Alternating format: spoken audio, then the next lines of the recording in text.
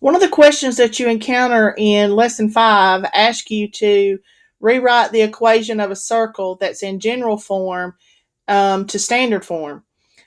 The only way to do that is to use a process called completing the square. And so I want to walk you through that process because it's a rather lengthy process and can be confusing, but I've tried to break it down for you step by step.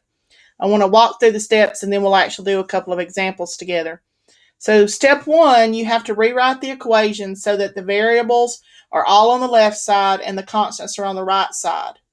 Then on the left side, you want to group your variables together. You want to get all the x pieces together and all the y pieces together. Then we actually begin the process of what's called completing the square. We're going to take half of the coefficient on the x, square it, and then add that result to both sides of the equations. And we're going to repeat that process for the y variable. So we would take half of the coefficient in front of the y variable, square it, and add it to both sides. Once we do that, we should be able then to factor the x terms as a group, factor the y terms as a group, and combine the terms on the right side and end up with the standard form of the equation of a circle. So let's look at a couple of examples. I think this is actually the example from Lesson 5 on the quiz. So let's walk through it together. So the first thing I want to do is get the constants on the right side and the variables together on the left side. So I'm going to do that by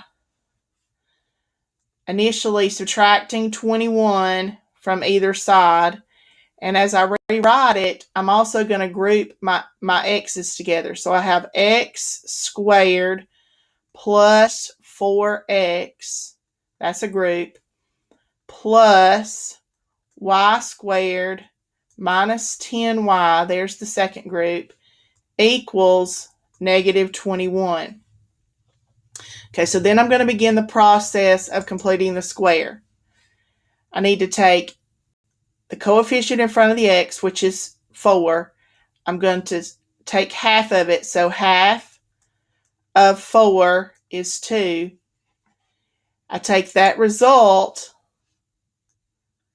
and I square it, which gives me 4. So I'm going to add 4 to the left, but if I add 4 to the left, I have to also add it to the right side because what you do to one side, you have to do the other. Then I'm going to do the same process again with the y's.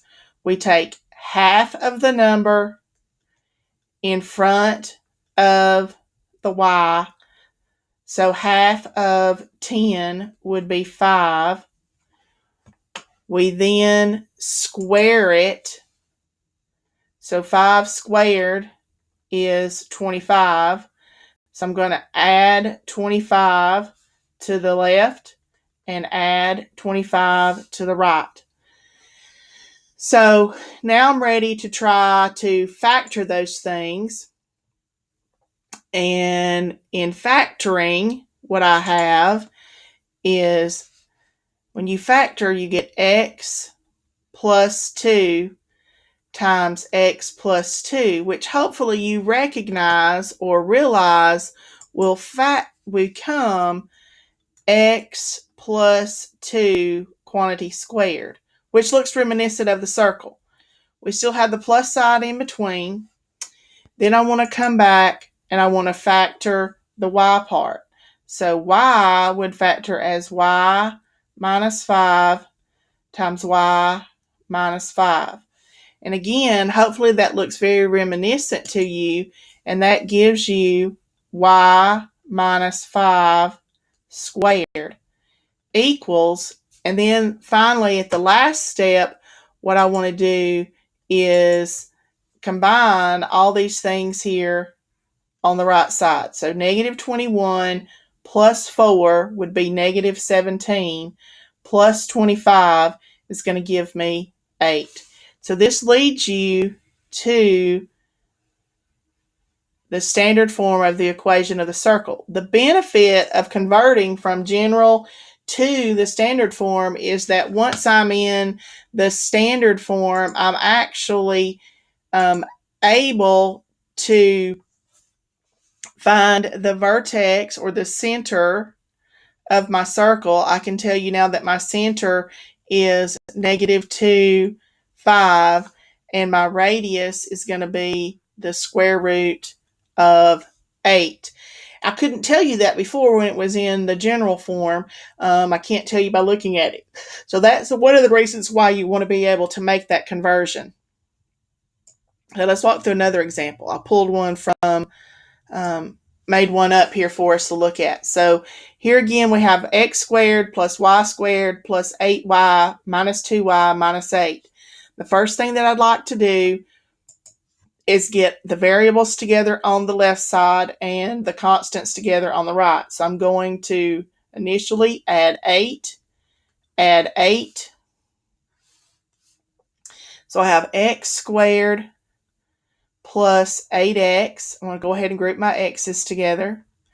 Plus y squared plus, minus, whoops, let me erase that. It should be minus 2y, and that's going to equal 8. So I'm ready to begin the process of completing the square. So I'm going to take half of 8, so half times 8 is 4. I then square it, so 4 squared is 16. So I'm going to add 16 to the left side and 16 to the right side. Then I come back and I need to do the y variable. So I'm going to do half of 2. So half times 2 is 1. Then I'm going to square it. Okay. Squaring 1 gives me 1. So I'm going to add 1 to either side. Then I'm going to come back and I'm going to do the factoring. Okay. So in doing the factoring, x squared plus 8x plus 16 factors as x plus 4, x plus 4, which we rewrite as x plus 4 squared. Plus sign stays. Then we can factor,